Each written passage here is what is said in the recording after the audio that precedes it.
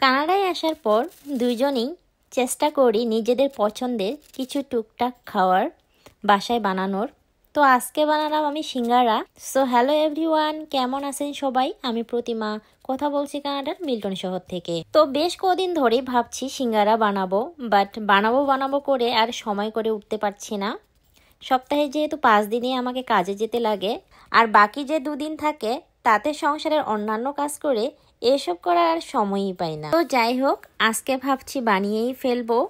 কালকে আবার এইদিকে আমি সিঙ্গারার পুরের জন্য সবজিটাও রেডি করে রেখেছি। আর আজকের ভিডিওটিতে আমি সবজি রেসিপিটা শেয়ার করিনি, কারণ সবজি রেসিপিটা শেয়ার করলে ভিডিওটি অনেক বড় হয়ে যাবে। তো ভাবছি আজকে একটু বেশি করে সিঙ্গারা বানাবো, কারণ সিঙ্গারা বানিয়ে ডিপ ফ্রিজে সংরক্ষণ করে রাখলে প্রায় 1 মাসের মতো খাওয়া যায়। তো যাই ভাবা তাই কাজ, সিঙ্গারা একটু বেশি বানাবো বলে এখানে ডো বানানোর জন্য আমি প্রায় 3.5 কাপের মতো আটা নিয়েছি।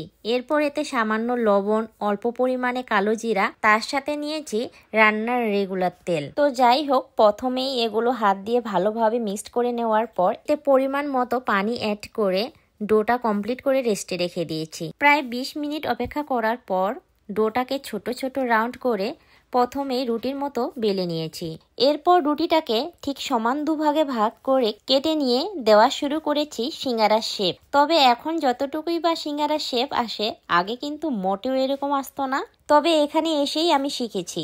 এর আগে আরও একদিন বানিয়েছিলাম সিঙ্গারা, যেটা কিনা মোটামুটি ভালোই হয়েছিল খেতে। এদেশে বিকেল হলেই মনে পড়ে সিঙ্গারা, সমোচা, পেঁয়াজের কথা, কারণ আমাদের দেশে আমরা সবাই বিকেলের দিকে এসব টুকটাক খাবারের প্রতি অনেকটাই অভ্যস্ত। তো এদিকে দেখুন, গল্প করতে করতে কতগুলো বানিয়ে ফেলেছি সিঙ্গারা। এখানে প্রায় আজকে আমি 30টার মতো সিঙ্গারা বানিয়েছি। এখন এখানে কয়েকটা ভেজে বাকিগুলো সব ফ্রিজে রিজার্ভ করব। তো চলুন সিঙ্গারাগুলো আগে ভেজে নেই। আর এদিকে সিঙ্গারা নাকি যত সময় নিয়ে ভাজা হয় এর টেস্ট ততই বাড়ে, আর এর ফলে এটা নাকি অনেকক্ষণ পর্যন্ত ক্রিস্পি থাকে। তাই চেষ্টা করেছি একটু সময় নিয়ে ভাজার। স্বাদের এই জিনিসগুলো খেতে যেমন মজা, তেমনি বানাতেও অনেকটাই সময় বেশি লাগে। মাঝে সাঝে এইসব খাবারের জন্য দেশকে আমি ভীষণ মিস করি। প্রবাসে অনেকেই এই রেসিপিগুলো ঘরে বানাতে পারলেও সময়ের স্বল্পতার কারণে এই ব্যস্ততম লাইফে এগুলো আর বানানো সম্ভব হয় না। তো যাই হোক, ফাইনালি আমার সিঙ্গারা বানানো কিন্তু একদম রেডি।